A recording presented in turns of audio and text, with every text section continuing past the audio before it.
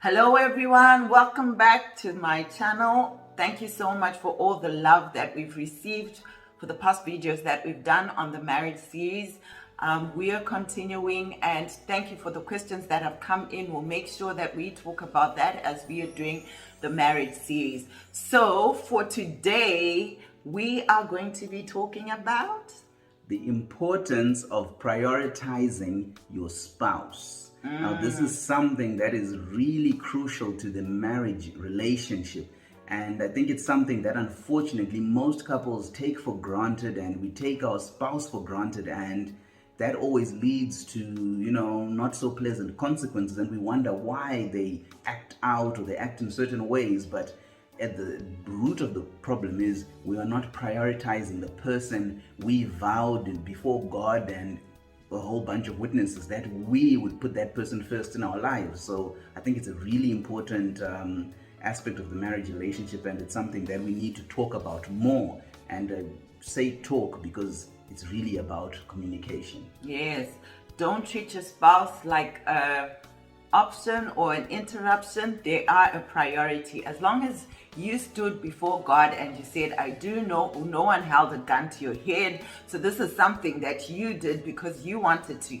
And as long as you are a wife, you accepted to say, you know what, I want to spend the rest of my life with you. It means that you decided that you'll be one.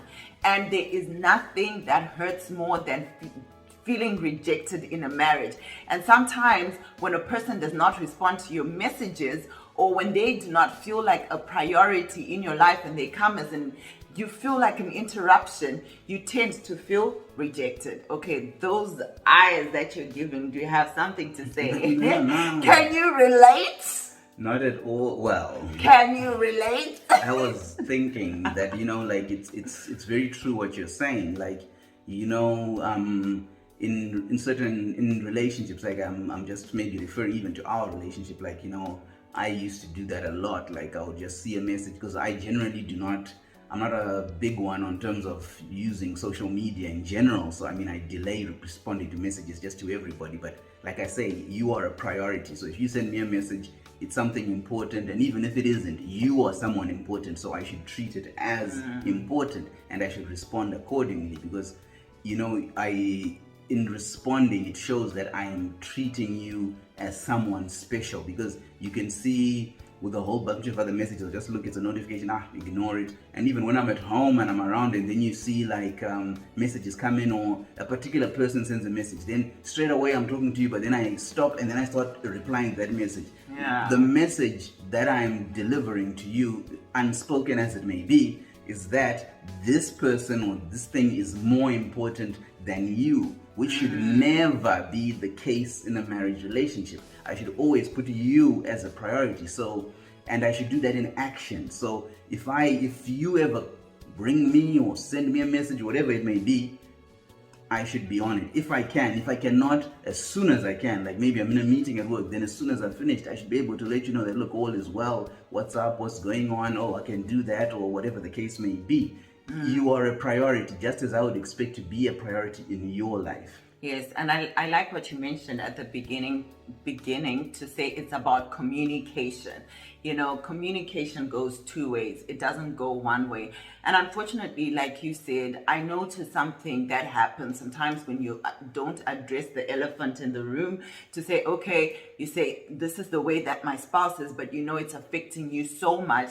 I had to get to a point where I said, let's sit down, let's talk about this. This is the way I feel. And most of the times what happens when that happens in a marriage is you start responding in a way that shows that you have resentment, right? You say to yourself, you know what, if he's not going to do that, the next time he wants something, I'm going to treat him the way he's treated me. And once you start doing that in a marriage, then you end up being enemies instead of being on the same team. You end up fixing each other, and it becomes a cycle. And before you know it, most times when you sit down and they say to you, where did it start? It doesn't even make sense at all, because it just escalates to a point where you can't even control it. So you need to understand that relationships grow over time. Even if you get married, you're now in each other's space, so it takes time. but no one can know what you need if you never communicate. Like Brighton mentioned, this is something he had to learn over time.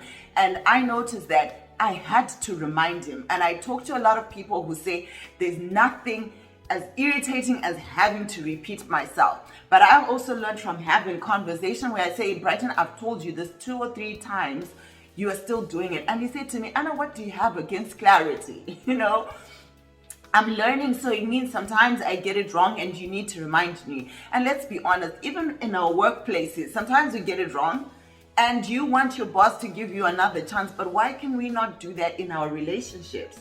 You know, and I guess it goes to the next point about treating your spouse like a priority in front of your friends and family. Can you talk more about that?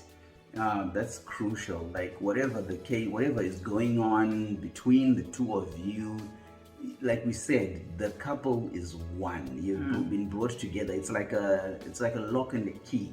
It's one mechanism. It's not the lock is on its own and the key is on its own. You're one. You function perfectly when you are together. So whatever is going on outside of that, you must be presented as a united front, even if you cannot stand each other, whatever the case may be. Do not let the outside ever get a foothold, because you will just open the door to so many opinions and so many things that will just divide you. Because unfortunately, whenever you show a disunity to your family and friends, there is a tendency for them who are on the outside, like if it's me, whether it be my family or your family, if there's a problem between us, whatever the problem is, your family will always side with you. My family will always side with me. And already they are going to start putting ideas and whatnot. And it's all out of good intentions, but those good intentions from the outside will be destructive to our union. So it is important that we always put up a united front, and when we have problems, we talk about them.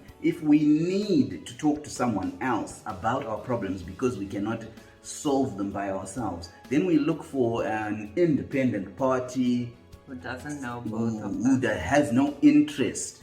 Who's not biased. Yes, there's no bias, and maybe like a counselor, preferably a Christian counselor, but someone who knows what they're doing, who's experienced in this kind of work, and that someone can help you from an objective standpoint. They don't stand to gain anything. Their outlook is only to help you get to a place where you are in harmony and working together, because it is so crucial. And I think the importance of that, it shows there's no greater way of demonstrating to your spouse without saying anything to them by defending your spouse in front of other people, and especially family. If you can do that in front of family, look, we can be having troubles or not, but then I'll be like, you know what, whatever problems we've got, she has got my back. That's the one thing I don't have to worry about. So yeah. And another thing, I know we're talking about it the other time, to say, even if you see that your family are speaking to your spouse in a certain way, you know, don't keep quiet and say, maybe next time when they do it, I'll stop them. You need to make sure you tell them at that time that, you know, I'm not happy with this. You need to speak better to my spouse. And that's why you need to make sure that whenever something happens in your home, you're not always going to your family and telling them everything, because they start disrespecting your spouse. And unfortunately, what happens is you two are going to forgive each other, but they don't forget. So it becomes a problem. Tomorrow is, oh, lovey-dovey, he bought me this. They are still remembering what you told them, and they'll be like, please, who is he trying to fool, or who is she trying to fool? We now know who the person really is. And now it goes to my other point, which is make sure that you respect your spouse. We read this book that is called Love and Respect, and it says women want to be loved and men want to be respected. And most times as women, we want to love the husband and not respect them.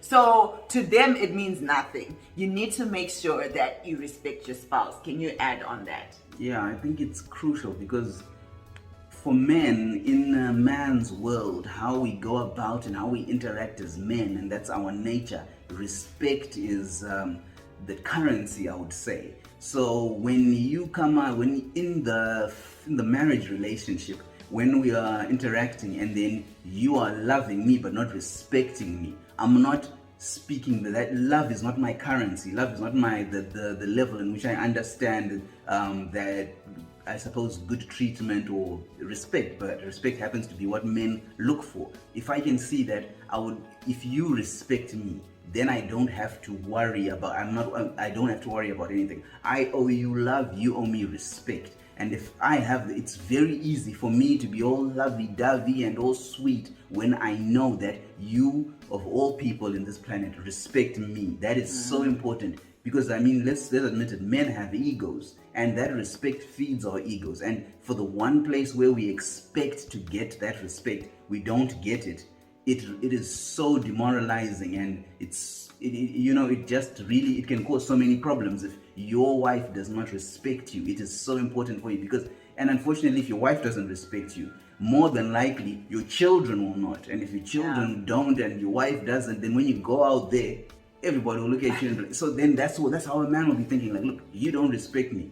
I mean, out there I can have fights with the world, but if you out here in my own castle, I'm not getting respect, then why am I sticking around? That's the kind of thing that will happen. So yeah, it's so crucial.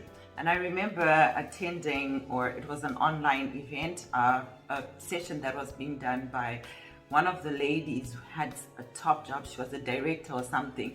And she said she knows which hat to wear at the right place.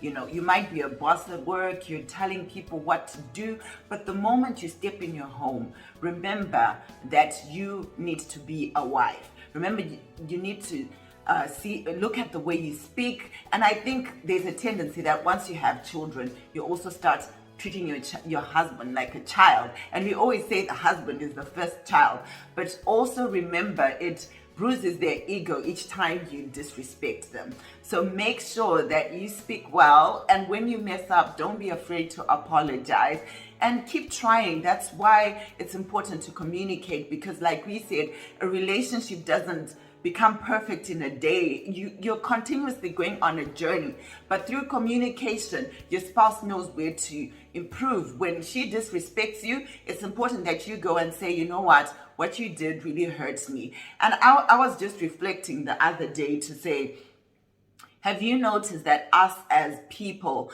do not want to be in a vulnerable space?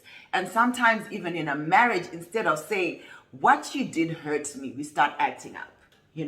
We start, saying to yourself, I'm not going to talk to him the rest of the week. I am not going to be doing the cooking. I'm not going to be doing this. We're not going to get intimate. Like so many things. Instead of just saying, I am hurt, we take the long way, and in the process, it destroys a whole lot of things. So to end this video, because we don't want it to be long, I just thought we would highlight the importance of communication, transparency, being vulnerable. Make sure that you give yourself time to learn and know each other, because you are people from two different backgrounds. I think we mentioned it in our other video. And make sure that you allow yourself to grow and give yourself grace. I don't know if you have any final words. Yeah, I was just thinking of this quote I heard from, I think it was Les Brown, and he was saying that if there is no enemy outside, if there's no enemy inside, then the enemy outside can do us no harm.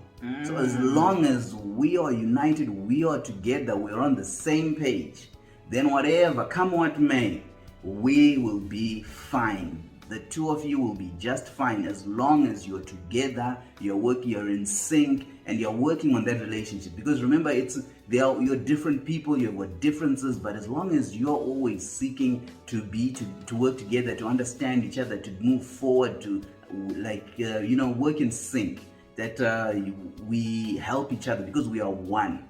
As long as we are working together, nothing that comes from the outside will destroy that union that God ultimately has created. Thank you so much. So treat your spouse like a priority, not an interruption. If you said yes, you are now one. No excuses.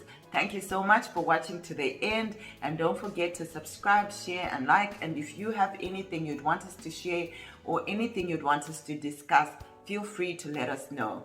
Bye for now.